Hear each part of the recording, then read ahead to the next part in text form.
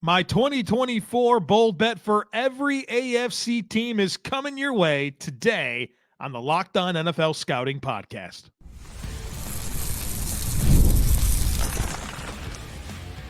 You are Locked On NFL Scouting with the Draft Dudes, your daily podcast for NFL and college football scouting. Part of the Locked On Podcast Network, your team every day. What's better than this? It's guys being dudes here on the Locked On NFL Scouting Podcast.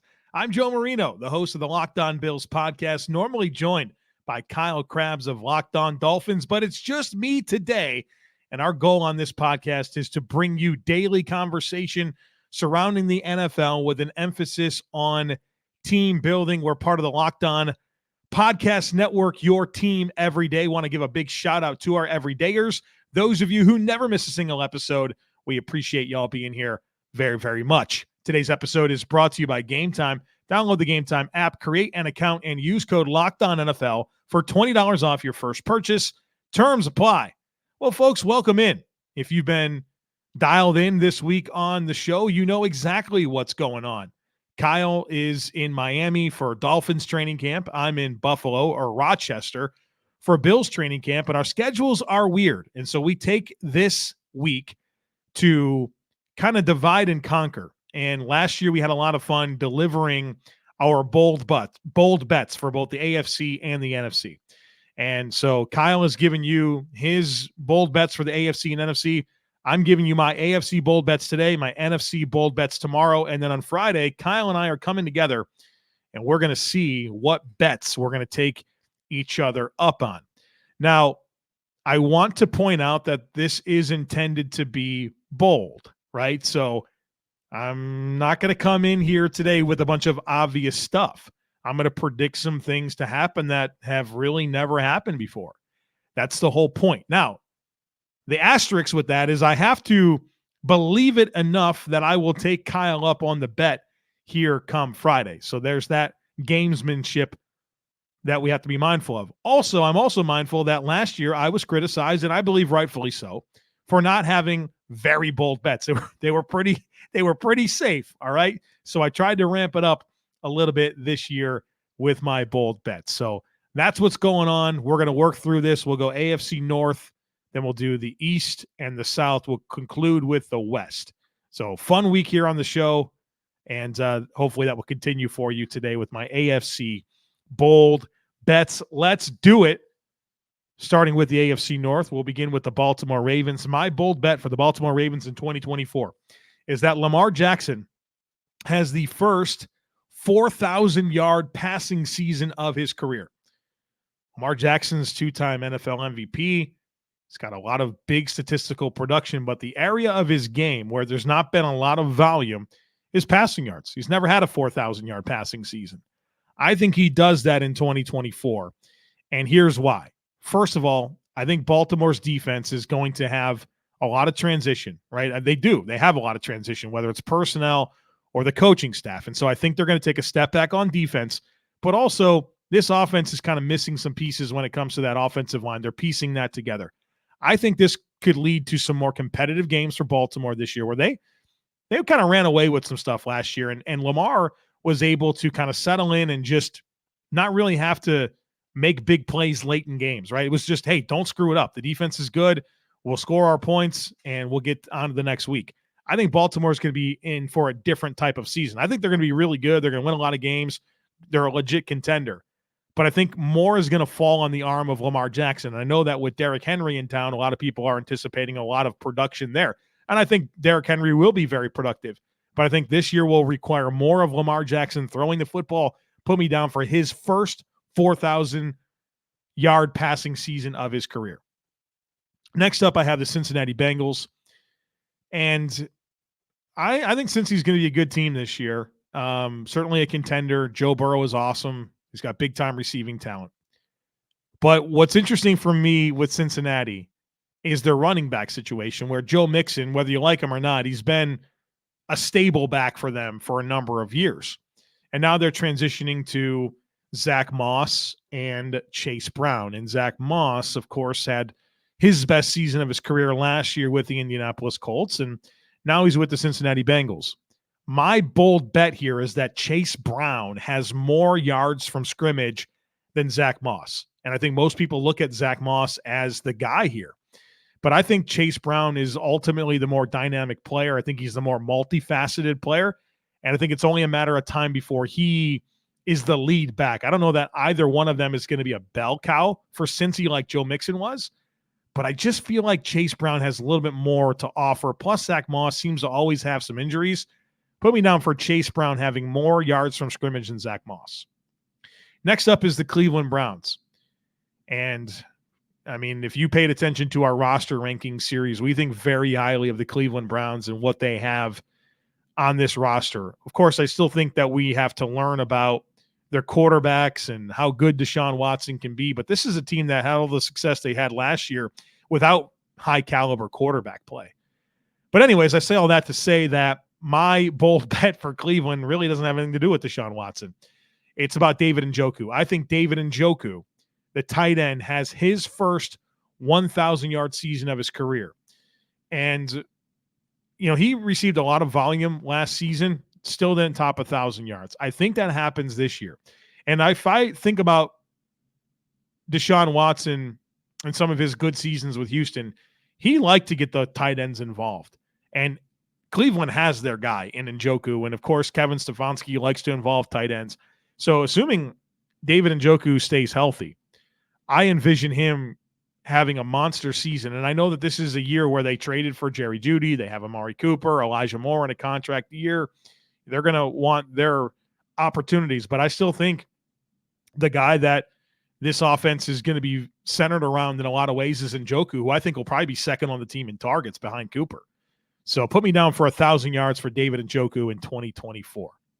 The last team in the AFC North is the Pittsburgh Steelers.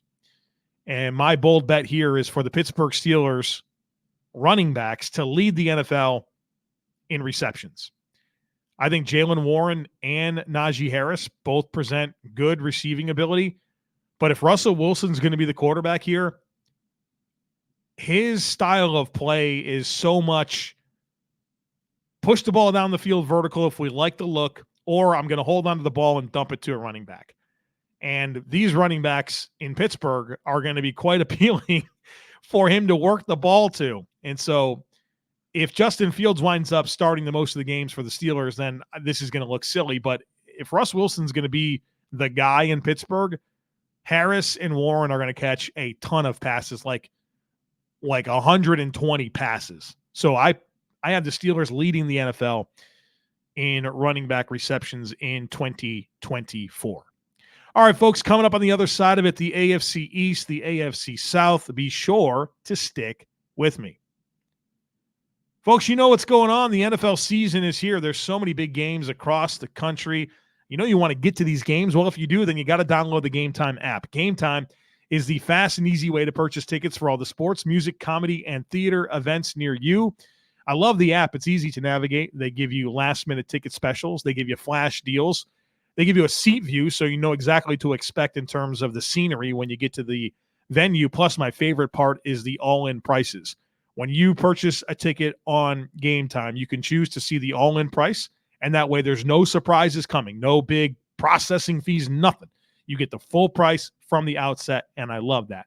So take the guesswork out of buying tickets with Game Time. Download the Game Time app, create an account, and use code LOCKEDONNFL for $20 off your first purchase.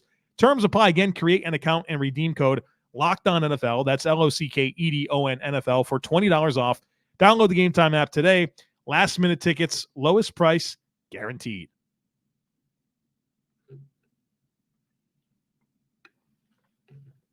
All right, folks, let's get it going here. I know the AFC East is a big one here on this podcast, with me being the Bills guy, Kyle being the Dolphins guy. So let's get to it. Let's get to the AFC East takes. We'll start with the Buffalo Bills. And I think this one's pretty bold. I have Josh Allen as the NFL MVP in 2024. And, you know, Josh Allen's put up MVP caliber numbers for the last 4 years, but he hasn't gotten enough votes. And I think this is the year he breaks through. And the reason why is I think this is the first year in a while where maybe expectations are a little lower for Josh Allen. No Stephon Diggs, no Gabe Davis. New play caller on offense. The only receiver that has ever caught a pass in a game from him entering the season is Khalil Shakir. I think people are kind of wondering about Josh Allen and this Bills offense, and maybe the expectations aren't where they've been. Well, I've watched Josh Allen at training camp very comfortably have the best training camp of his career. And he's coming in with this renewed opportunity without Stephon Diggs and the quote-unquote burden that it comes with that, right? It's a guy that you got to funnel 150 targets to. Josh Allen is executing this offense with a lot of confidence. He is making big-time throws, and I think that he's out on a mission to prove something. And I don't know that the Bills are going to win the Super Bowl or anything like that, but I think that Josh Allen will do enough this year to finally be named the NFL MVP after having a pretty solid argument in a couple of the most recent seasons. For the Miami Dolphins, I have Jonnu Smith at 415 receiving yards. And the reason this is significant is because 415 receiving yards is one more receiving yard than Miami had for all of their tight ends last year. And one of my goals with these predictions is that I want to kind of tell a story and obviously predict something that I think will be true, but something that will lean into some of the narratives surrounding these teams. And for Miami, I think they did a good job this offseason of becoming more dynamic at tight end and also becoming more dynamic with their wide receiver depth. Now, we'll see what happens with Odell Beckham. I know he's kind of working through some knee stuff right now, but even Malik Washington as a draft pick and a guy that I think can separate better than Braxton Berrios and River Craycraft, and we'll see how Eric Ezukama factors into the mix. But the point that I want to make here is that in some of these situations where defenses are playing soft zone coverage and wanting to take away the deep stuff to Waddle and Hill, having a player like Jonnu Smith that Tua can come back to and get the ball to and allow him to create in space as another outlet, I think is going to be huge. And so I think he'll have a ton of production for that team. In fact, I have him with more production than the entire tight end room had all of last season. 415 yards or more for Jonnu Smith. Next up, we have the New York Jets. And maybe you don't think this one's bold, but I think it kind of is. I have the New York Jets with a winning record. And if they have a winning record, that'd be the first time that they do so since 2015. It'd be only the second time in the last 13 years that they've had a winning record. And so I know there's always a lot of preseason hype for the Jets. They never meet it. And I'm not going to promise you that they meet their preseason hype, but I do think that they can have a winning record. I think it says a lot that this team was able to win 7 games each of the last 2 years with Zach Wilson at quarterback. And obviously Aaron Rodgers elevates Zach Wilson, but probably the piece that matters most to me is the backup quarterback being Tyrod Taylor. So if your ceiling is Aaron Rodgers being awesome and your floor is Tyrod Taylor, with that defense for a team that's won 7 games each of the last 2 years with Zach Wilson, I think they can get 9 wins or more and have a winning record. And so I know the expectations are high for the Jets. They always are. They never meet them. Like I said, they haven't had a winning record since 2015. They've had 2 winning seasons in the last 13 years. Put me down for 9 wins or more for the New York Jets in 2024. For the New England Patriots, there's so much to sort out with this football team. No Bill Belichick, and they drafted Drake May high in the draft. They drafted some skill players as well and some offensive linemen. All the attention's on the offense here. And we'll see when Drake May gets his opportunity. I think it might be later in the season than any other first-round quarterback not named Michael Penix. But one thing that really stands out to me is some of their young receiving talent. And I really like Javon Baker. And my bold bet for the Patriots is that Javon Baker has more receiving yards than Jalen Polk. Keeping in mind, Polk was the 2nd-round pick. Javon Baker was their 4th-round pick. I think Baker has more receiving yards than Polk this season. And there's some similarities with their skill sets. Both have some size. But Baker just feels like he's on a mission. And you've seen some training camp highlights. You heard what he said coming out of the draft. He's a player that I liked a lot at UCF. And I think he meshes well, honestly, whether it's Brissett, Whether it's Drake May, I think he presents the type of target that both of those guys would want to work the ball to. So Baker with more receiving yards than Polk, the fourth rounder, outproduces the second rounder. Moving on to the AFC South, the Tennessee Titans. And we always find ways to piss off Titans fans. I guess it's just part of the deal. I'm sure this will piss them off too. My prediction is that Mason Rudolph starts a game this year by a coach's decision. Here's my thoughts. I actually really like Will Levis, okay? He was my QB2 behind C.J. Stroud in last year's draft, right? I really like Will Levis. I don't like Will Levis for this style of offense, Brian Callahan, where you heard him in his introductory press conference. We know the pedigree. Timing based, right? Precision timing offense. West Coast, read it and rip it. That ain't Will Levis. But this feels like a round peg, square hole type situation. Will Levis is a big-armed quarterback that can run and move and win outside of structure. And so, obviously, the onus is on Callahan to evolve and tailor the offense for Will Levis. But I listened to him in his introductory press conference talk about route depth and precision. And he's got the receivers, right? He's got the receivers to run this offense with Boyd and Hopkins and Ridley. He's got the receivers, but is Will Levis going to be a read it and rip it timing passer? I just don't know. I feel better about Mason Rudolph being that. And so I think at some point, and that doesn't mean that Will Levis won't be a great starting quarterback for the Tennessee Titans. I think at some point, they're going to want Mason Rudolph to run this offense in-game by choice. So put me down for Mason Rudolph starting a game by a coach's decision in 2024. Next up, the Houston Texans. I have C.J. Stroud. I have him down to more than double his rookie year interception total. So he had 5 interceptions as a rookie. Put me down for 11 or more. I think he more than doubles it. I think C.J. Stroud had an amazing rookie season. Amazing. But you are lying to yourself if you don't think he got away with a ton of interceptions, balls that should have been picked off. He had some of the best interception luck I've ever seen. And I think there's going to be a regression to the mean here. I think he throws 11 interceptions, which is not a ton. It's not a ton of interceptions, but it speaks to the interception luck that he had and what I think it should have been. And, of course, I mean, you look at the way that this offense is built with the addition of Stephon Diggs and Tank Dell and Nico Collins and Noah Brown and Dalton Schultz. And, they're going to want to throw the football. They're going to air it out and push the ball down the field. I think C.J. Stroud has a lot of confidence, and he should have a lot of confidence, but I don't think he's going to have the interception luck he had last year again this year. So 11 or more interceptions for C.J. Stroud this season. All right, folks, we'll finish the AFC South. We got the Colts and Jaguars and the entire NFC West. We'll do all of that here on the other side of it. Be sure to stick with me. I love sports. I love them so much. I never want them to stop. But as the playoffs wind down, we get fewer games, and the sports aren't sportsing like I want them to. But FanDuel lets me keep the sports going whenever I want. All I have to do is open the app and dream up bets anytime that I'm in the mood. And this summer, FanDuel is hooking up all customers with a booster bonus daily. That's right. There's something for everyone every day, all summer long. So head on over to FanDuel.com and start making the most of your summer. FanDuel, official sports betting partner of Major League Baseball. All right, folks, welcome back. We have the Colts, Jaguars, and the NFC West left to do.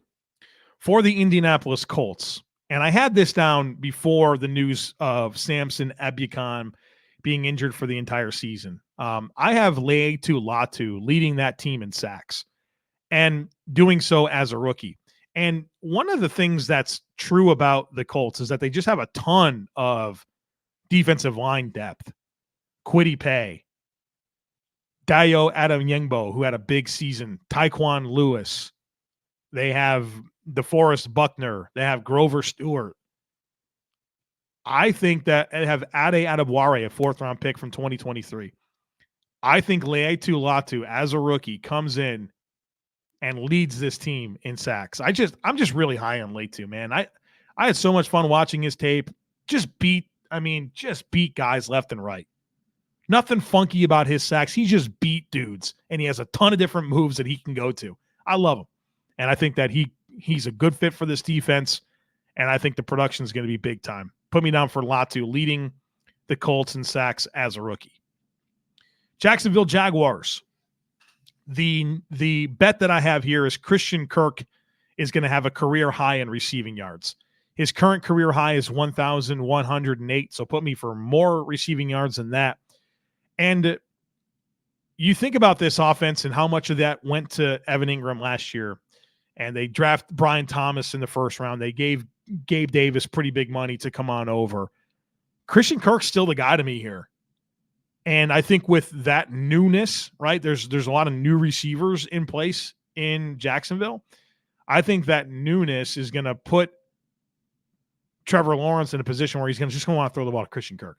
There's been such a reliable player for him. And whether it's winning deep or kind of some timing stuff, I just see it. I see it being a big year for Christian Kirk. So put me down for a career high in receiving yards for Christian Kirk in 2024. All right, we got the AFC West. I have Kansas City Chiefs up first. I have Trent McDuffie. I think that Trent McDuffie not only records the first interception of his career, but he even gets a second one. Crazy. Trent McDuffie, 0 interceptions to this point in his NFL career, and it's not because he has bad ball skills. You watch him at Washington, you knew this guy was a very complete player, including ball skills. I think that he comes away with a couple of interceptions this year. So through two seasons, 0 interceptions. I think he has 2 or more in that third season. Next up is the Las Vegas Raiders. And my bold bet here, I wanted to do something with Max Crosby. That was really my entire objective. I think there's so much unknown about the offense with Minshew and O'Connell and Zamir White, some changes on the offensive line. I don't know. I have no idea what to expect from that offense. Defensively is where I get very interested in the Raiders, of course, adding Christian Wilkins and so many players they've developed on the back end. And there's some defensive line talent that they got to figure out. But I think Max Crosby's in for a big year. And the biggest way that I could try to quantify that was predicting Max Crosby to finish top 3 in Defensive Player of the Year voting. He's never finished that high, but he's a big-time producer of sacks. But I think even more of his pressure turns into sacks with a better situation around him. Of course, Christian Wilkins, the centerpiece of that, but developing young talent, a stable coaching situation on that side of the football. I think Max Crosby is going to have a monster year, top 3 in the entire NFL when it comes to Defensive Player of the Year voting. Los Angeles Chargers up next. We know that they're going to want to run the football. And I'm not enamored with their perceived top backs. J.K. Dobbins, who knows? Who knows what to expect from J.K. Dobbins with all the injuries? Gus Edwards is about as boring of a running back as you can find. Just runs straight and gets tackled. Falls forward. Put me down for over 100 touches for Kamani Vidal, a rookie, late-round pick. I didn't know how aggressive to get with this, but I wanted to say something about Vidal because I think he's going to factor into this offense. And when he does and he gets his opportunity and he produces, I think they're going to want to keep feeding him the ball. Running behind a great offensive line with a great quarterback in Herbert, I think the looks are going to be there for Vidal, who's got a dense build, good after contact, physical runner. And so while he might be like RB3 right now, I think it's only a matter of time. Put me down for 100 touches for Kamani Vidal in 2024. Last one's the Denver Broncos. And the intriguing thing for me about Denver, of course, is Bo Nix in the offense, right? That's all interesting to me. But with the rookie quarterback, I don't know what to predict. The defense is where there's some stability. And I just love this collection of pass rushers. But the guy that intrigues me the most is Baron Browning. And health has been the issue for Browning. I think he stays healthy and has a big year. 10 sacks for Baron Browning in the year 2024. Keeping in mind he's got 9.5 for his career in 3 seasons. I think he's a double-digit sack guy in 2024. So there you have it. My AFC bold bets, they're in the books for you. Tomorrow you get my NFC bold bets, and then on Friday, Kyle and I are hooking up to challenge each other on these bets and see where we can land on stuff, and that should be really fun. So make sure you don't miss anything. Make sure that you're subscribed. Would love it if you took a second to rate, review, and share the podcast. Have a great rest of your day, and I look forward to catching up with you again tomorrow.